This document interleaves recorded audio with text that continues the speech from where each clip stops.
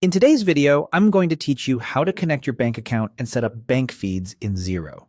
By the end, you'll have secure, automatic bank transactions flowing into Xero, so you can reconcile faster and keep your books up to date with less manual work. Before we begin, make sure you have the right user permissions in Xero, your online banking or payment provider, login details, and access to any multi-factor authentication your bank requires. From your Xero dashboard, open the Accounting menu. This is your gateway to core financial features and where you'll manage bank connections going forward. In that menu, choose Bank Accounts.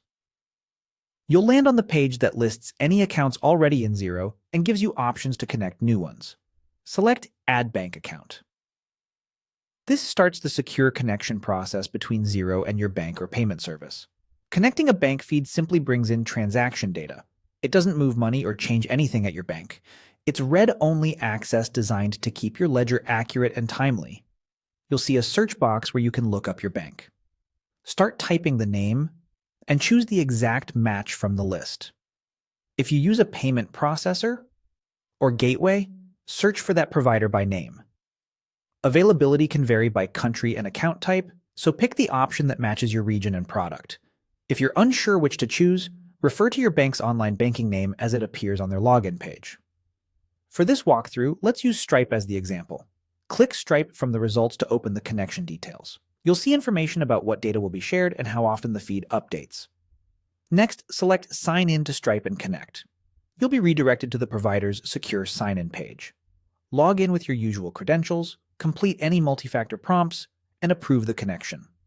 If you're asked to select specific accounts or currencies, pick the ones you want feeding into Xero. Remember, Xero only receives transaction data.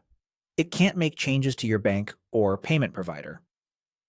Once you've authorized the connection, you'll be brought back to Xero. You should see a confirmation and a new bank feed tile on your bank accounts page. The first sync may take a few minutes, and depending on the provider, you might get recent history such as 30 to 90 days. If you need older transactions, plan a one-time statement import and match the dates carefully to avoid duplicates. That's it. You've connected your account and set up bank feeds in Xero. From here, new transactions will arrive automatically, ready for reconciliation.